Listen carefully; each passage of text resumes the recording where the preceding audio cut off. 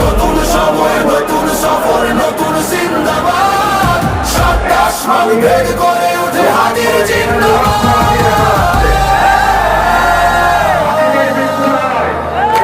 হাদি সাহারার উষার বালুতে আবে জামজাম পানি, হাদি আজাদের হাসান হোসেন জান্নাতি ফুলদানি, হাদি ইতিহাস পাখি আবাবিল মুসার হাতের লাঠি, হাদি ওমরের অর্থ জাহান মোরানো শীতল পাঠি, হাদি গোলাপের মাতাল গন্ধ খোলা পায়ের আশেদার, হাদি উত্তাল সাগরে জোয়ার আল্লাহু আকবার।